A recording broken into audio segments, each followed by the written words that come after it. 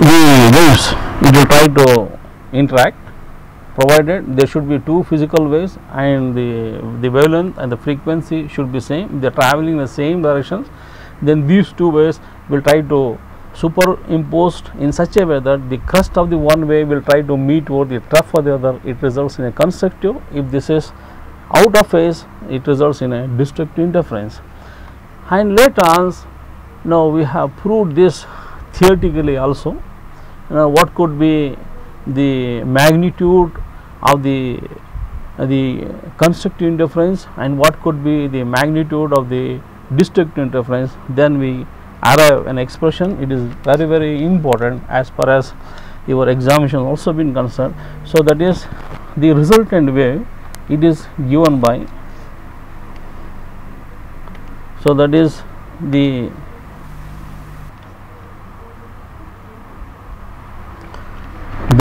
y is equal to r into sine of omega t plus phi, and whereas r is the magnitude resultant, where r is equal to square root of a square plus b square plus 2ab into cos phi, where a is the magnitude of the one wave and b is the magnitude of the other wave.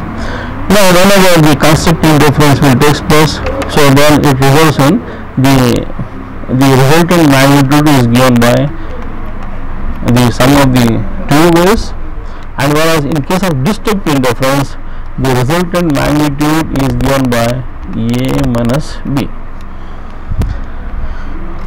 And whereas, so this is also been demonstrated by Thomas Young with his experiment, that is using a double slit experiment, where so the constructive and the destructive interference, it is been formed in the form of the bands, so we call it as the fringes, and where if you can able to recollect, so there are bright fringes and dark fringes alternately and equally it is been formed. So where we can able to calculate the fringe width, it is beta is given by, it is capital D into lambda divided by small d, where the capital D is the distance between the two coherent source and the image screen, whereas the small d, it is the distance between the two slits, and lambda is the wavelength of the incident light. Now here, since the distance between the two screens, that is the small d, it lies in a denominator. If you reduce this d, that means the fringe width will increase. And whereas, so this is related what is called as the interference, and later on we define what is called as the one more phenomena is called as the diffraction. Whereas in case of diffraction, so we noticed that whenever a ray of light, if this passes through a small aperture means a small opening, a small hole, then what happens? The other side, a bright spot has been formed. Here the incident light whose wavelength, if it is almost matchable with the obstacle, that is an opaque obstacle, so definitely the encroachment will take place. The light will try to encroach, it will try to fill the gap after the other side. As a result, so this results into what is called as diffraction. So literally we mean that diffraction is nothing but the bending of the light around the obstacles. So the bending will takes place provided if the size of the obstacle is very, very, very small, is almost equal to the size of the wavelength of the light, then the diffraction phenomena will takes place. Now you just recollect, in case of diffraction, so we said about there are two types of diffraction. One is a Fresnel's diffractions, other is a Fraunhofer diffraction. Now in case of the Fresnel's diffraction, the source that is the light lambda into capital D. Calculate what is the source and the image screen. Okay, if you can write down what are the things given, the next is all the problems you have to solve on SI units. This is very important. You have to use an SI unit where length you should be expressed in terms of meters, whether it is the distance small d or it could be a distance capital D. So this should be expressed in terms of meters. If any mass are involved, so it should be expressed in kgs. If the time is involved, it should be expressed in seconds. Now please remember this, it will help for this one. Now let's try to substitute the value whatever given. Here lambda, it is given in terms of Armstrong unit. I said 1 Armstrong unit is equal to 10 raised to minus 10 meter. So 4863, it is being multiplied by 10 raised to minus 10 into 2 into 1. This is again, this is millimeter. 1 millimeter, that is, as you know that 1 meter has 1000 divisions. Each division is taken as millimeter. So that is 1 meter is equal to 1000 millimeters. So that is, you can convert this into, that is, or you can say milli. Milli means it is 10 raised to minus 3. So 1.4 into 10 raised to minus 3 of a meter. It is very simple, you can write it here. This is given, so the whole divided by this. So then if you can simplify, you take your calculator, then you can calculate the fringe width is about 0.07 into 10 raised to minus 3 meter. This data you can also express as 0.7, 10 raised to minus 3 is taken as milli, then you can say it is millimeter. So this is the fringe width you can calculate. Now one more problem is also very interesting, that is in case of Young's experiment. There are two lights. One light whose wavelength is 5200 Armstrong unit. So there is one more light whose wavelength is 6800 Armstrong unit. So what you have to do is, now you have to just compare the fringe width in the two cases. So here only the wavelength of two lights are given. So that means if you allow a light of wavelength lambda 1, that is what could be the fringe width beta 1, you have to find out. If you allow lambda 2, and what is the fringe width you obtain. So this is very simple to understand. Now you just recollect the formula here. The formula says that the fringe width, it is directly proportional to the wavelength. Just these two, let us try to fix these two. If you fix these two, or you take it as a constant of proportionality, then you find that the fringe width is directly proportional to lambda. Now if this is the case, now there are two sources. Let lambda 1 is the one source, it produces the fringe width beta 1, and lambda 2 is another source which produces the fringe width beta 2. Now you take the ratio. If you take the ratio, if you can divide. Now here, see, the direct values are taken into considerations, because even if you convert this into 10 raised to minus 10 of a meter, here also if you can convert this in 10 raised to 10 raised to meter, so both the value get divided, the value remain same. So that's the reason conversions are not shown here. If you can divide this, so you get, this is the ratio. So that is, if you allow lambda 1, that is this wavelength, so the width will be 13, and whereas if you allow this lambda this light, then the width will be 70. Now here, say one more interesting problem here is, so again when the same experiments are there, So there what is been given, these are the given data.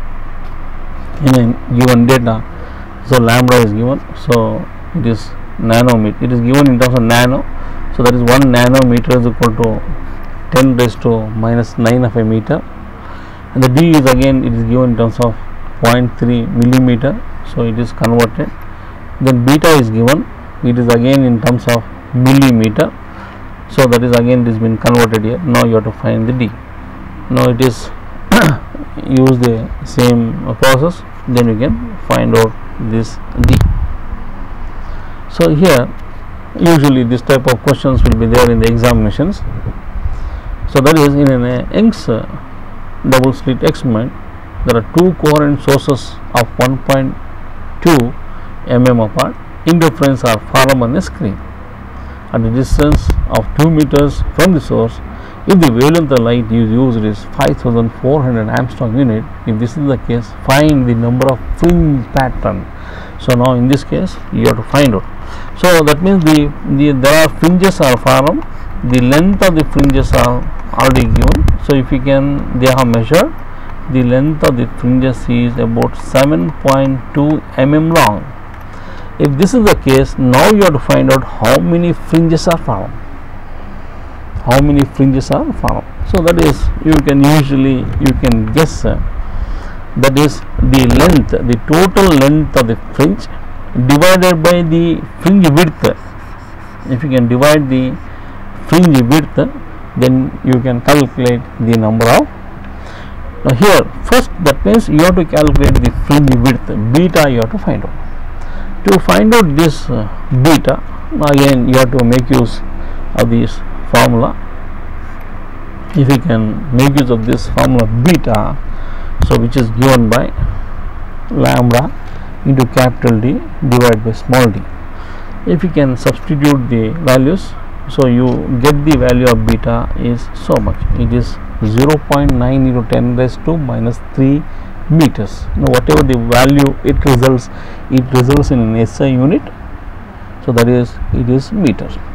Now as I told you, the length of the pattern divided by this, if I have called this length as x, that is the length is x, the number of fringes it is given by the length, that is x, divided by the fringe width, so that is beta. So that is length is 7.2 again millimeter, and we have converted this 7.2 into 10 raised to minus 3 and into whatever the value I got beta, it is divided by 0.9 into 10 raised to minus 3. If I divide, so you get 8 fringes. So that means here when you get 8 fringes, it represents the dark fringes. You plus you can add 1, so that means so there are 9 bright or 8 dark fringes. So that means there are 9 bright fringes are formed, or there are 8 dark fringes are formed. I hope it is clear. Now let us try to understand the phenomena of diffractions, as I already explained you. This phenomena of diffraction. Now let us take up certain applications. Let's take up certain applications. So the applications are where the diffractions are used. I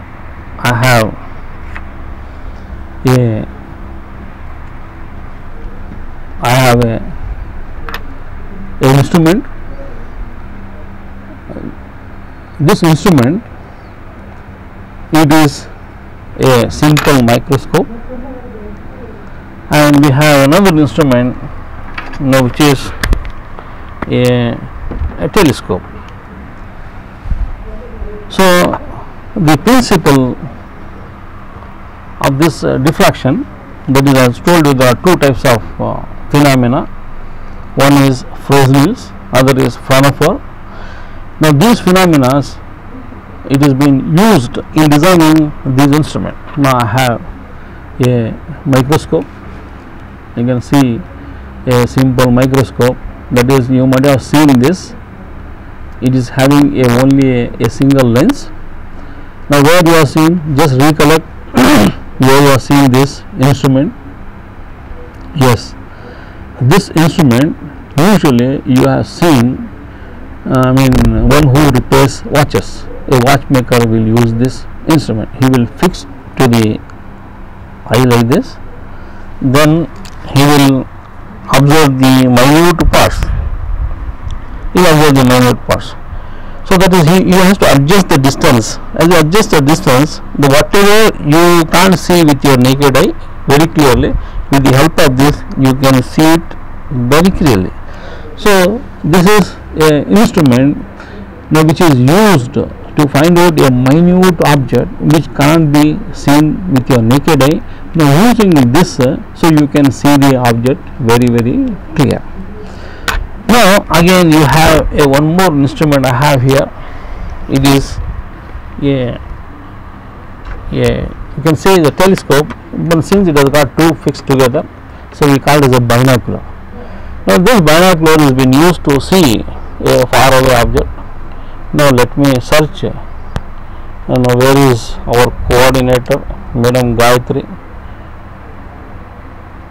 Yes, I can't see where is Madam Gayatri has been present. What does it mean? The meaning is that this instrument is not able to detect the far away objects. What is the reason? We will come to this later. Now here we define what is called as the resolving power. That is the identification, whether this instrument can identify two objects which are being lying very close to each other, or whether this instrument can able to detect the object which are lying at a very far away places. When you just see with your naked eye, you can't able to see. See, what happened is, recently we had been to Nandi Hills. Now we on the top of the hills we were there, and we can able to see any passers at the foot of the hills are going. When we can able to trace with our naked eye, we can't able to see. Then again, when you try to focus this instrument at the bottom of the hill, then we can notice there are two people are sitting together. Now again, two people are sitting. So then again, one of our friends is called, oh Macha, and Ibru Kantavaro. Then we are surprised. Coming high and what is Kantala? But instrumental Kanata, oh Macha, you Kantavara. Okay, fine. Yen Martavara, again Kantala. But we can able to spot. So that means this instrument has got a power to show you the objects which are lying at a far away place very clearly. So this property of the instrument we call as the resolving power. Is a resolving power of the instrument. So the resolving power of the instrument is, it is the ability of the instrument to show two objects lying very close together, to show them very clearly, very distinctly. So this we call as the resolving power. Now basically what happens is, so there is a well-known concept in physics that two objects, it is not possible for them to occupy the same space and at the same time. It is not possible. You try to understand, repeat once again. There are two objects. It is not possible for these two objects to occupy a same space at the same time.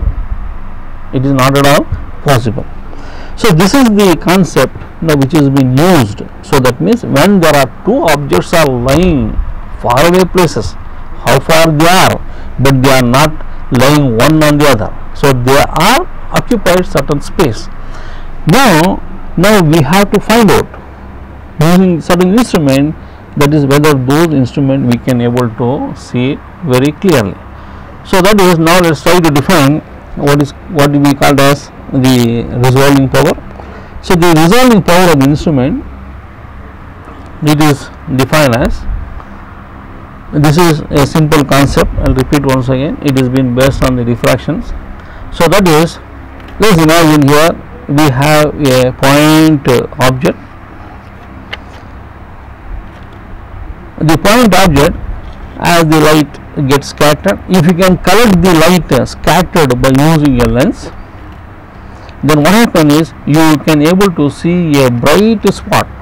If you try to analyze the bright spot, then you get there is a center is a bright spot and there is a concentric circle, and the concentric circles are formed. So that means this is purely due to a phenomenon called as diffraction. So this phenomena of diffractions, so as I told you, it is being used in these instruments. Now let us try to understand, that is, what could be the concepts related with this. Now it is a very simple concept, again it has been described by the Rayleigh. So according to this, the Rayleigh principle, suppose, let us imagine that there is a one way coming out from a object. If this way, it will try to overlaps with other way in this. Now in this case, let us say this is the maximum intensity and these are the minimum intensity. So if you can draw a vertical line perpendicular to the horizontal, these are two lines I have drawn. Now what this represents is, according to the concept explained by Rayleigh, that is the Rayleigh's concept or Rayleigh's criteria. Now he says, now this is the maximum intensity of the one way and this is the minimum intensity of the other way. Now there are, whenever the two ways will overlap. So why two ways? Because now we wanted to find out if the two objects, they are being lying very closely. If you can see it, you can see it is only a bright spot, but actually there are two objects are lying. So that means these two ways related with these two objects. So whenever the overlapping will takes place, now here if you just whatever the line I have drawn, so let us say that, so this is a principal axis, a line drawn is the imaginary line we draw. So that is, it is referred as the principal maxima and this is a principal minima. Now here if you can take this difference, that is the difference from the maximum principal to the minimum of the first way we try to overlap. So this distance is very, very small. If this distance is very, very small, that means as if there are two objects are overlap. If this is the case, then the Rayleigh says, and we cannot able to resolve, we cannot able to see. In a crude way, you can say that though there are two objects are there placed side by side at a faraway place, and these objects, so we cannot see, however sophisticated instrument you may have it. The second is, let us again imagine this is a one way whose maximum is this and minimum is this. If this way it try to overlaps in such a way that the maximum of this way it coincides with the minimum of this way. So that means this distance is very large. When this distance is very large, if this is the case, then so the object can be resolved, object can able to see. So that is, the further, once again this is a one way and you have another way like this. If you can this and see the difference, this this itself is very large. So that means, so you can able to see the things very perfectly. If you observe this, so that is, so especially in this case as the two waves try to overlap with each other, then so he found out that is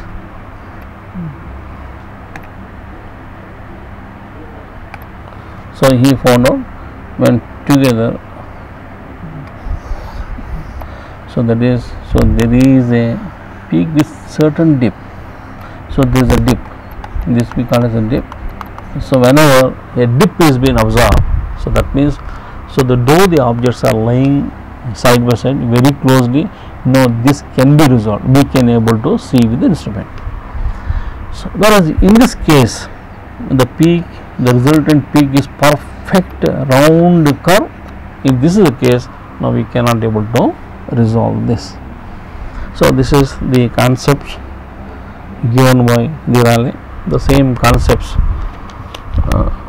So it is been given in certain books, very difficult to understand. So I made it very simple.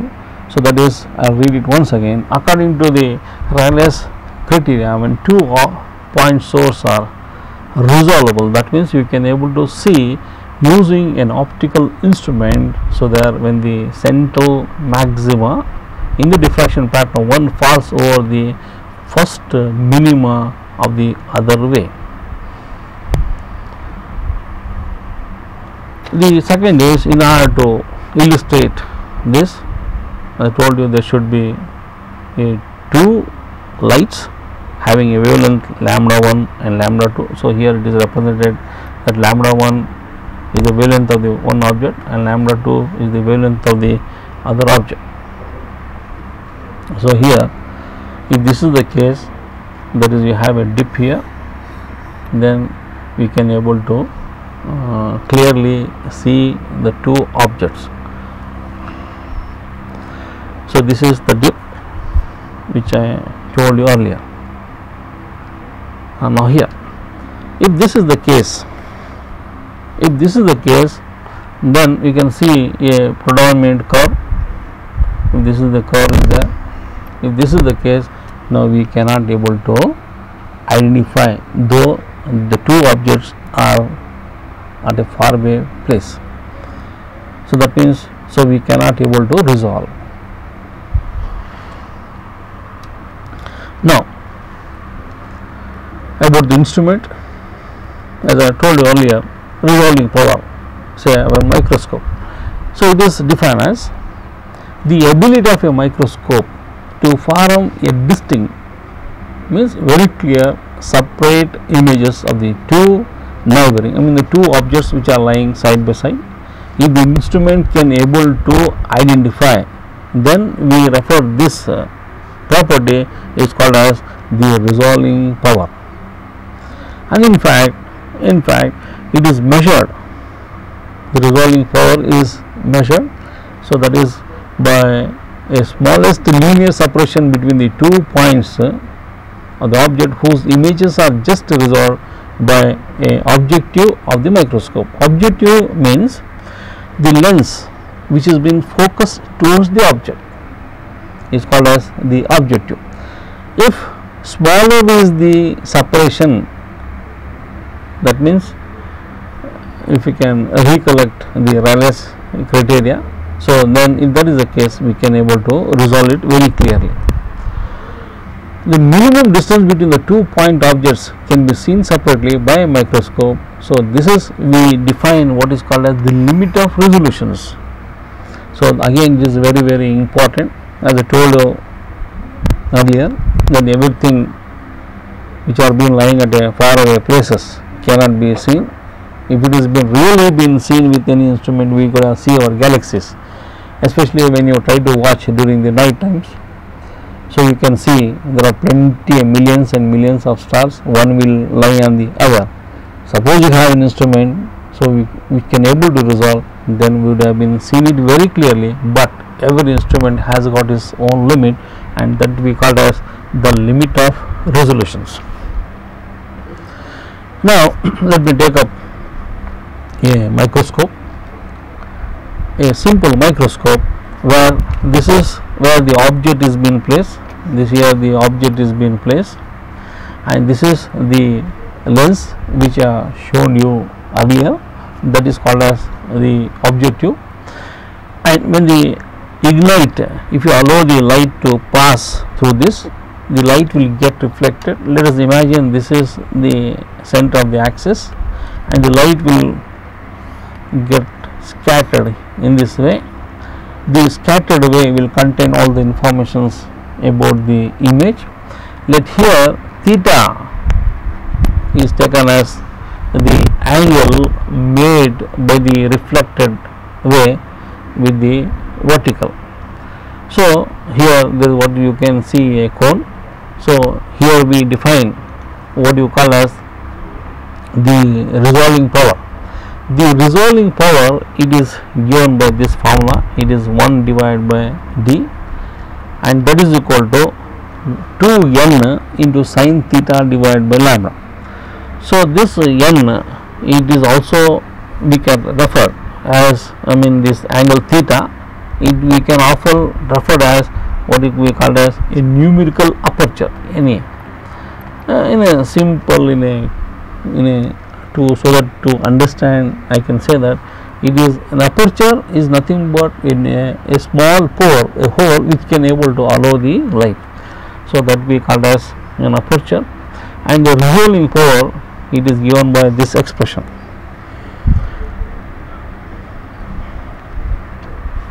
Now, if we can recollect that previous expression where we come across the resolving power, suppose you wanted to increase the resolving power. Now you have a choice. Increase the resolving power means that is you want to see the smallest object very, very clearly. So that is, we mean to say that suppose you want to increase the resolving power, either you can increase n, so that is the refractive index, or you can increase the theta, so which is nothing but the numerical aperture, or you can decrease the lambda. Lambda is present in the denominator. So that is, if we can use in between the object and the objective, that is the lens which you want to see. So there in between this, usually what happens, there is a air, and the light has to undergo through the air. It will undergo refractions and so many phenomena. Now suppose if we can use in between certain oil whose refractive index is almost same or lesser than that of the glass, by using certain oil, suitable oil, that means the entire object which is to be seen and the objective of the microscope is to be merged into the oil. So usually I can say that a linseed oil is being used for this purpose. So that means whose refractive index is same as that of the glass, then we can able to see the object very clearly. And second is, so increase the size of the objective lens. If you can increase the size of the objective lens, even the clear image can be seen. So by decreasing the wavelength, now that means usually if you can compare the wavelength of the light which are used in a compound microscope and the wavelength which is being used in electron microscope.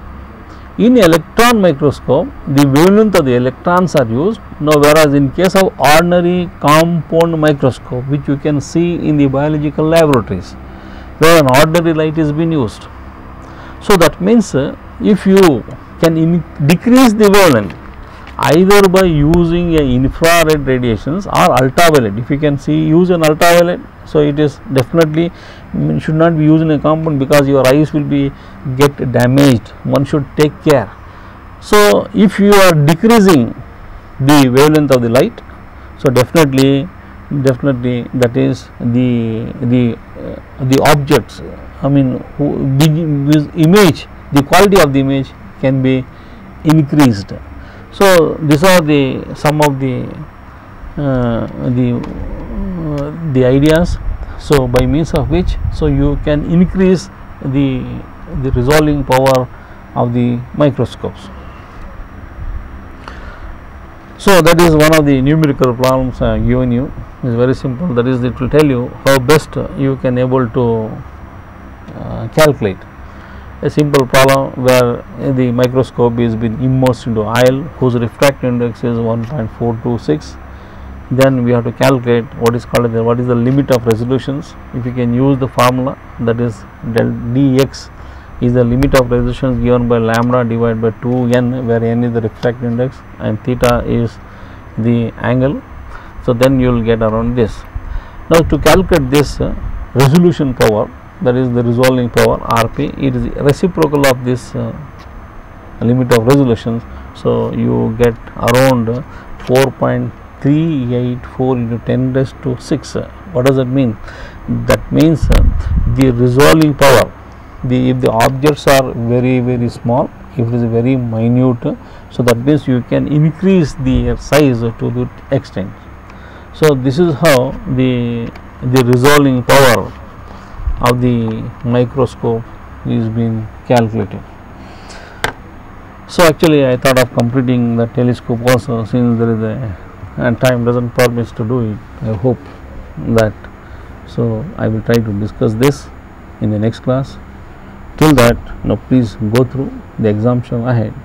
If any problem, so you can send us the queries, so we will try to clear. So till that, goodbye, have a nice day, thank you.